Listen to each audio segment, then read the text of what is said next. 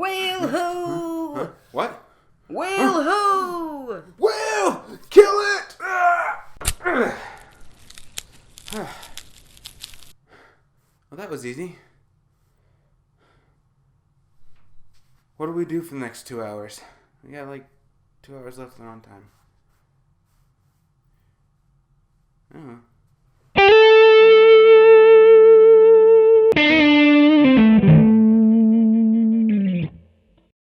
Hello and welcome back to another midnight showing. As always, I'm Kelly, and I just got out of In the Heart of the Sea. The movie that is not about Moby Dick, but the story that inspired it.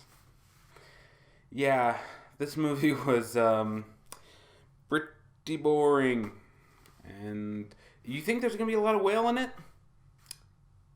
Sucker shows up 3 times. Only attacks once. That's it. This movie is horribly mismarketed, and this could have been a better movie.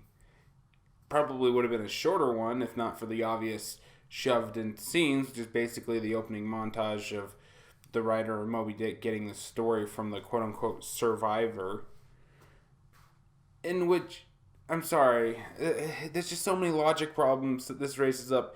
It feels like someone saw this movie and said, hey, this is kind of like that book, Moby Dick. And they said, oh my god, you're right. Quick, shoehorn some scenes in there connecting this to Moby Dick. Just do it. And we'll release it in November. Yes, this movie did actually get pushed back to November, and it shows. There was a good idea here, but it was sadly ruined. And I can't really say that this was a good watch. It was boring at times, and it was trying to make you feel emotional for certain people's deaths when deaths that happened 5 minutes later are a hell of a lot more emotional, even though they're not involving the main characters. It was boring. The parts that were good were okay at best, and frankly speaking, this is a bit of a spoiler before I go into my spoiler section. Why, if Chris Hemsworth and this other captain survived, why would you go to this guppy guy and get the story from him? The others are still alive, aren't they? I'm sure they told the story to their kids. You couldn't get it from them? Instead, you went to this one greenhorn guy who suddenly has knowledge about situations and conversations that he wasn't even a part of? God damn it. Why do movies think that we're too stupid to realize stuff like that? It had an interesting premise, but it fell flat on its face. At best, this movie is a rental at Redbox. Maybe waits for Netflix. Hell, I'm tempted to give it almost a skip it rating.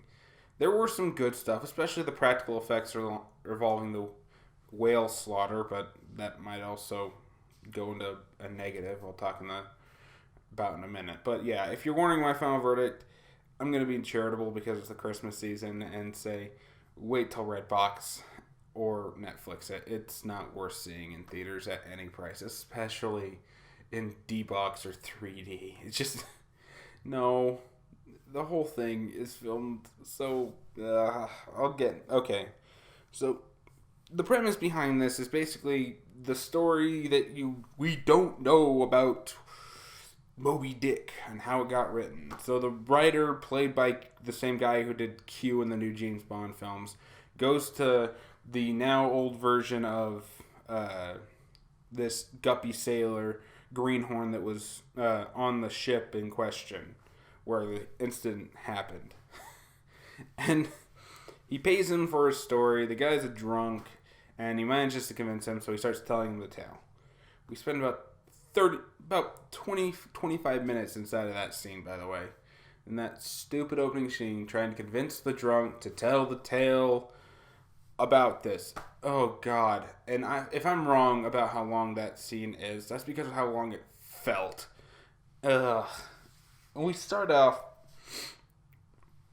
talking about Chris Hemsworth, who is a first mate, just got back from a trip, and he was denied a promotion, even though he was promised one by the owner. insert your own Count of Monte Cristo joke here, because frankly speaking, that's all I was thinking of. The look, the feel, the entire set design. I mean, it just felt like the Count of Monte Cristo that they did back in like 2004. And oddly enough, that had better effects than this movie. In 2004. 2004. Yeah. But yeah, he's denied in line of this new guy who comes from a great whaling family, so we must give him a captainship. Again, we've seen this story 1,000 times before. If this is really what happened, and I'm completely insulting the true part of this, frankly speaking, this is not good based on true events material. This feels very much like Oscar bait. And again, how does this Gumby kid even know about any of these conversations, considering he's not in any of them? The ones on the ship where his character's actually interacting with Chris Hemsworth or even the captain are actually fairly good. But how the hell would you know about a behind closed doors meeting between the two inside of the captain's den, where they discussed that they need to go back for repairs? No, we need to go out and fill our ship with it. We can handle what we've got. You're the one who made the bad call to sail in the storm. Blah, blah, blah, blah, blah, blah. Bickering got annoying really fast. Yeah, and that's basically it. They end up sailing. They can't find any whales, so they end up sailing around South America. And when they stop to resupply, they end up hearing about this place where there's hundreds of thousands of whales, but they're guarded by one monster that took down my entire ship. So they follow out there because they haven't found more than one whale on their own. And what do? Guess what? They run into the big one. And to the movie's credit, the action scenes involving the whale attacks are very, very, very well done. Except for the fact that the camera work is going to give you motion sickness. I mean, it is nauseating. There is shaky cam, and then there's what they did in this movie, and it was all over, going in and out of the water, back and forth. Can't take this camera off. Oh my god. I wanted to hurl in this theater. It's so shaky. Look, I get what you're trying to do. Trying to showcase the fast-paced movement of this whale. But when you're following the whale underwater, for god damn it, just park the camera and do a steady shot. Show it like getting ready to ram. Don't do this with the waves movement crap, because Jesus Christ. I was ready to puke in this movie. I really was after this scene. The first thing he does is he flips over Chris Hemsworth's boat, and so he takes the boat back to the main ship, and it follows Chris Hemsworth to the main ship while his captain and another guy are out here completely whaling these other people, these other whales, completely ignoring them, and goes after Chris Hemsworth and starts attacking the main ship and literally smashes holes in the undercarriage, breaks open all of their oil cases that they already have, which end up getting sparked and light on fire. And just the thing, yeah, I know that oil and water don't mix, but I have a really hard time believing that there'd be that much fire from just 40 barrels. I really do. So yeah, they tried to whale that one by literally tying their spear to the mast of the ship, which, in all honesty, should have worked.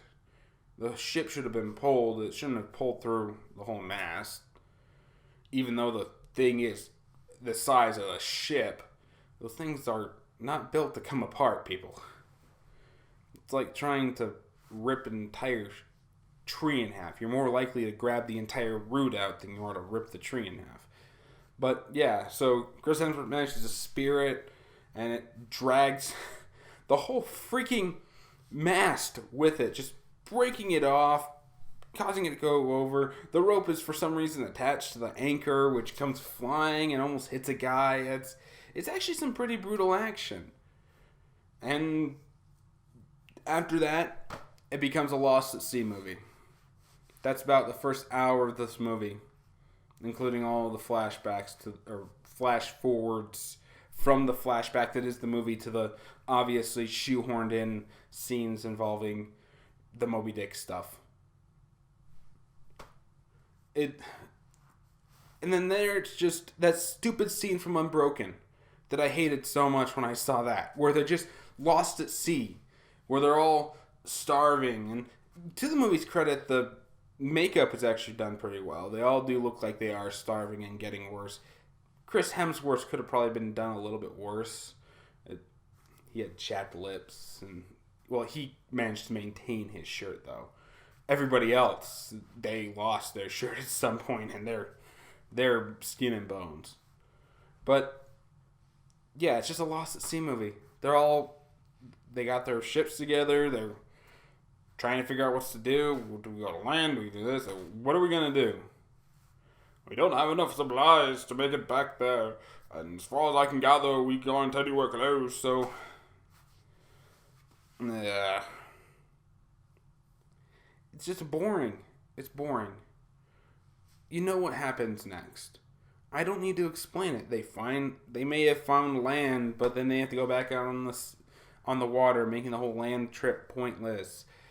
Because they're probably going to end up eating all the food, all of the eggs that the birds are leaving behind and all that. So it's better just to resupply and then try to get back out there than is to try to wait it out here and scare off what little food and wildlife there is.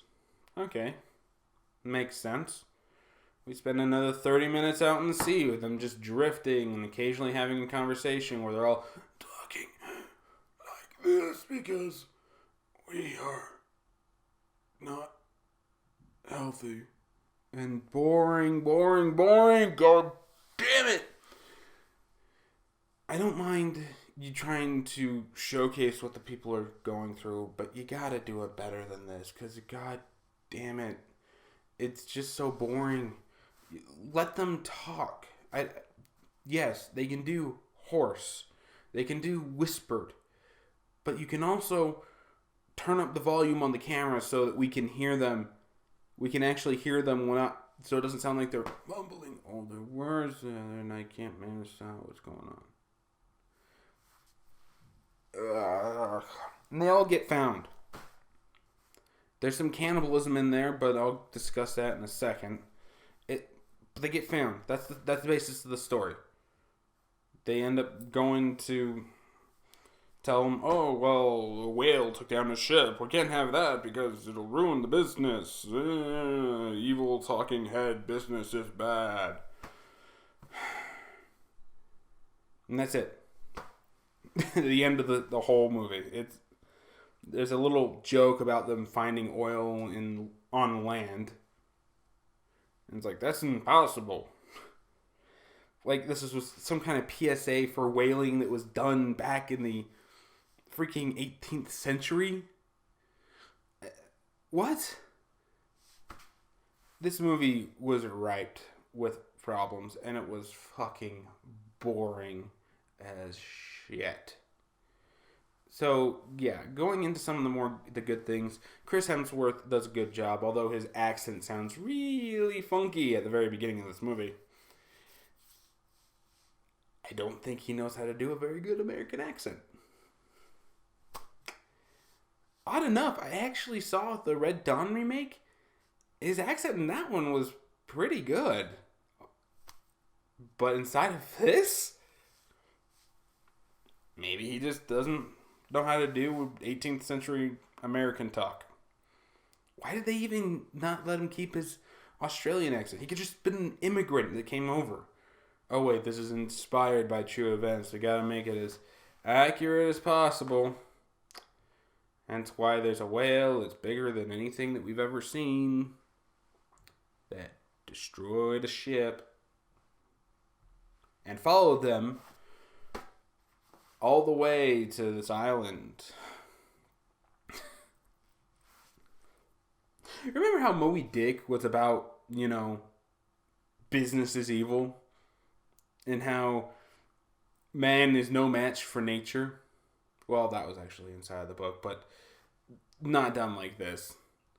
That the only way to live peacefully with nature is to not attack it. That nature is God. No, I'm pretty sure the Moby Dick was about an obsession. An obsession that drove a man to literally risk the lives of his crew and kill everything that not only he loves, but what they love. By trying to take down an insurmountable beast. Pretty sure that was what Moby Dick was about. I'm pretty sure it wasn't about this stupid whaling thing for whale oil. I'm pretty sure that this wasn't about fucking bad businesses done in the 18th century.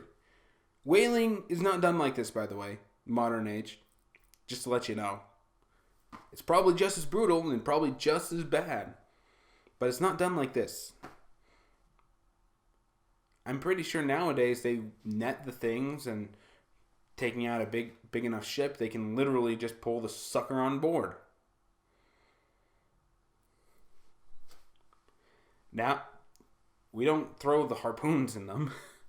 At best, we're going to shoot the suckers.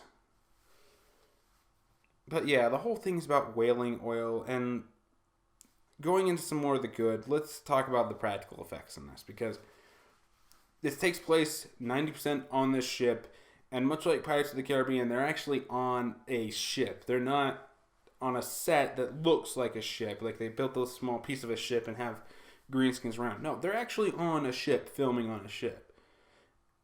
Probably inside that little lake that's sitting inside of the Universal Studios in California. But yeah, that's basically, they actually built the ship. They're actually doing the jobs that they're telling them that they're supposed to be doing. And when something breaks, it actually breaks. With the exception of a CGI anchor that goes flying across, shit's actually falling on them. And when they catch their first whale, they actually, what they do is they hook it, and then they put a line on it, and they waiting for it to come back up, and then they start jabbing it with more harpoons until it finally keels over. Then they bring their big ship in, put it up, and then they have a couple of guys guard from the sharks that are trying to eat at it while they hack up pieces of it, put the usable meat inside of their stores, and they drain it of all of the whale oil, which involves going into its blowhole. They actually did use a real prop for this and shoved the narrator down this blowhole to get all of this. I mean, it was sick. They're like cutting pieces off of it, and this is real looking meat. This is disgusting. And this somehow made it into a PG-13 film. I mean, granted, if you were to do this with a human or a dog or something that we do want to see on a regular basis, this would be a hard R. I do appreciate that because it was disgusting, which actually made some of the narration bit have emotional weight. But damn, you spent all your budget on this one set piece. And yeah, it's giving it credit where credit is due. The practical effects in this were very well done. CG looked fake as shit, though. The whale doesn't look very good. It might have looked better in 3D, but am I really going to waste my money on a gimmick? Especially when it was already being enunciated with the 2D version? No, I'm not. Especially considering there wasn't a pre-screening in 3D. Thank fucking God. But, yeah, I mean, with the exception of a couple actors and the practical effects, I can't really think of anything else that was good about this. There's logic holes in everything. And the connection to Moby Dick that someone probably make, the whale does follow them after they get shipwrecked.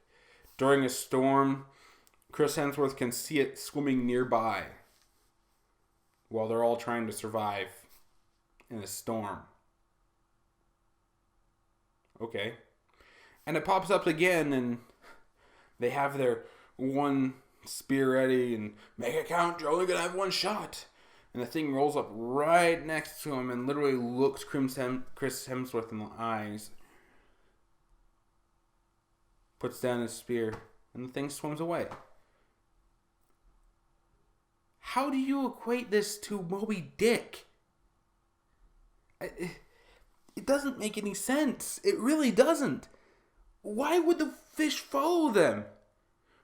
Was it trying to make sure it got to this island that they stop at? No.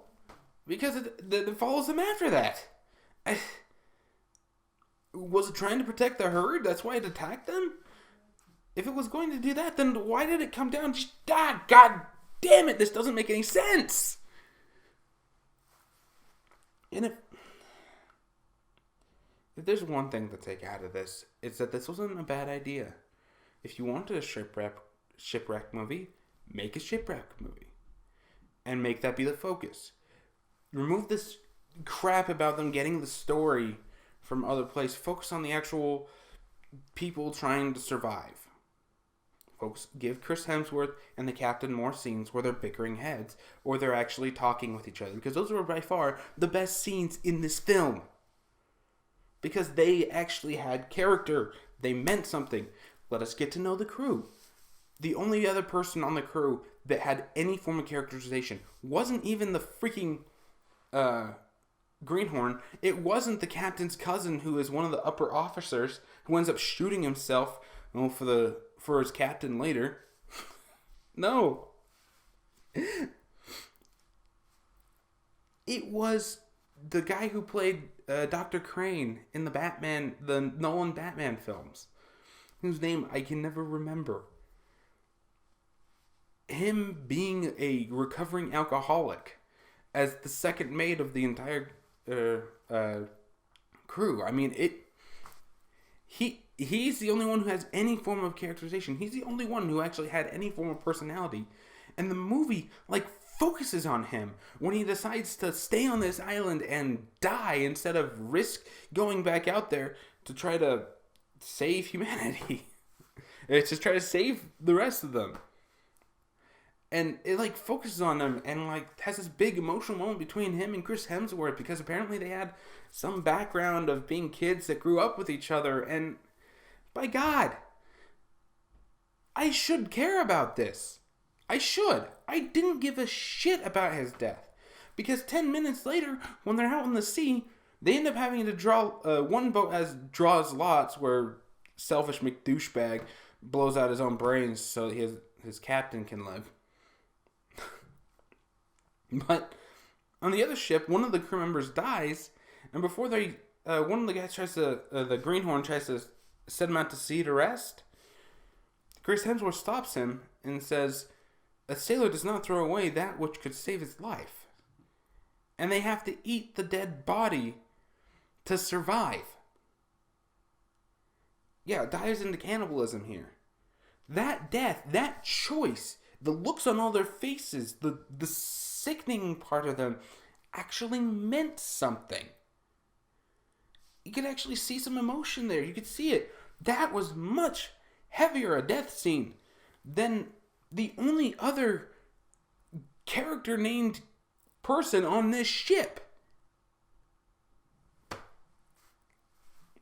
This movie had its priorities completely out of whack. It needed a few rewrites. I don't blame any of the actors for actually, signing on to this. I don't blame Chris Hemsworth saying, "Oh, he should have known better. He should have known this was going to be a bomb." No, this had a big budget. It had a good writer. It was based on a true story, which is basically Oscar bait. And he was getting the lead, supposedly. His role as lead is basically undercut because of the story going on, the narrative that they keep shoehorning in, saying, "Oh, this is about Moby Dick." No, it's not. They basically end up saying, "My work is going to be a work of fiction that'll be based on facts of reality." So basically, you're just going to take the whole killer whale part of it. Everything else was completely made up. Yeah, I can see why Moby Dick bombed for 50 years. Yeah, fun fact, it actually did. It wasn't until a university actually picked it up later and when their students did a big old analysis on it that it actually became a literary classic. No, seriously, look it up. It's fun facts about literary classics. But yeah, so I'm not going to drag on anymore. Final verdict, this thing, as I said, I'm being generous, gets a red box it or wait for Netflix. It's not worth wasting your money in theaters. It really is not. It has some good elements. If it didn't lose focus and actually focus on what it was supposed to be, this could have been a great film. But what we got instead was a meh at best. At worst, a boring piece of drag. Oh well. That's it for me. Did you see Into the Heart of the Sea? Tell me what you thought about it in the comments below and maybe we'll get some healthy discussion going. As always, if you want to see more, I will have links to my other videos down here and links up to my channel and playlists up here. If you enjoyed what you saw, be sure to hit subscribe and share it with your friends. Be sure to like me on Facebook and follow me on Twitch, both in the descriptions and links in the description below. Gotta learn how to talk. And yeah, I guess I'll see you all next time.